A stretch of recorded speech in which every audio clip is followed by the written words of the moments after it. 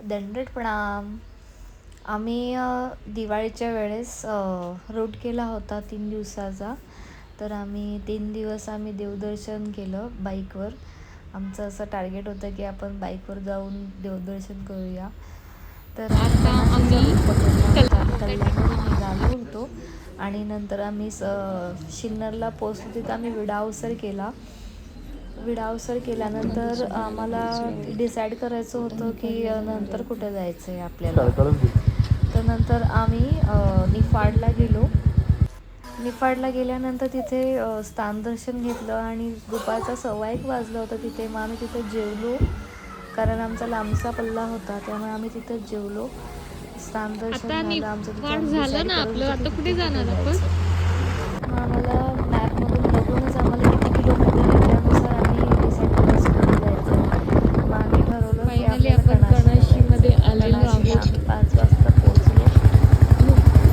तिकडे 5 वाजता कणाशीला पोचल्यानंतर पोहोचलेलो आम्हाला आहोत. तिकडं राहायचं पण टेन्शन आलं की कुठे राहायचं. तर आम्ही तिथे गेलो आणि 7:30ला तिथं आरती होते.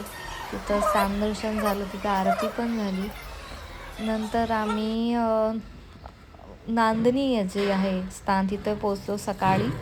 कणाशीचं एक दुसरं मंदिर आहे, तिथे आम्ही देवदर्शन घेतलं आणि नंतर आम्ही लांडगे बाबांच्या आश्रमात होतो स्टेला. त्यांनी आमची खूप भारी सोय केली. नंतर आम्ही पोचलो भडगावला.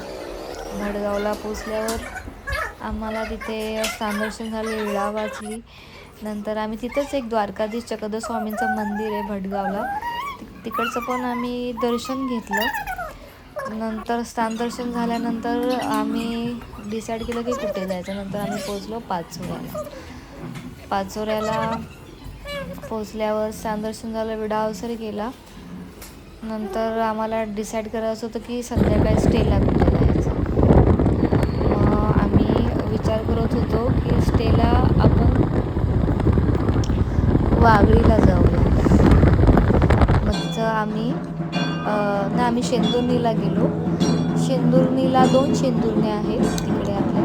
तिकडे आम्ही 12 वाजता पोचलो होतो. तिथं आरती चालू होती आणि नंतर आरती चालू असताना आम्ही नंतर थोड्या वेळ स्थानदर्शन केलं.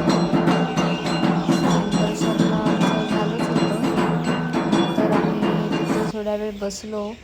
हे दुसरं मंदिर आहे शेंदुर्णीचं. तिकडे आम्ही पोचल्यावर आम्हाला विचार पडला की आता नंतर कुठे जायचं आपल्याला. संध्याकाळी सोय व्हायची याचं आमचं टेन्शन व्हायचं. थोड्या वेळ उसाचा रस घेतला आम्ही, कारण बाईकचा प्रवास खूप लांब पल्ल्याचा होता. नंतर आम्ही वाघळीला गेलो रात्री.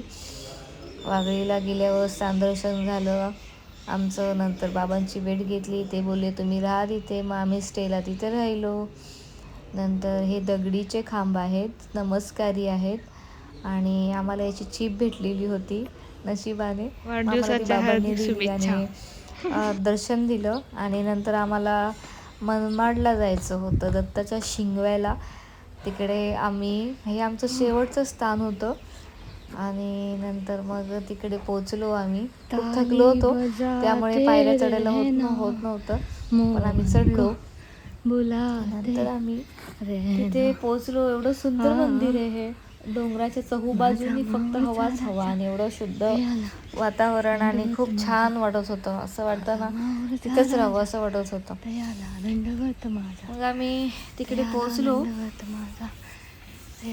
तिकडे पोचल्यानंतर आमचं ते शेवटचं स्थान होतं. मनमाड दत्ताचा शिंगवा. त्यामुळे आम्हाला आता नंतर आम्ही घरी आलो पण आहे यायचं होतं. शिंगव्याला आणि तिकडे आम्हाला पायऱ्याच म्हणजे खूप हेवी जात होतं चढायला, पण आम्ही फायनली तिकडे पोचलो. आम्ही विडावसर केला, दर्शन घेतलं.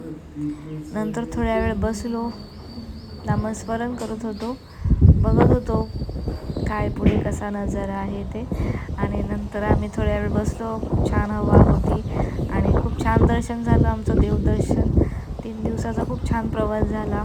दंडवत प्रणाम.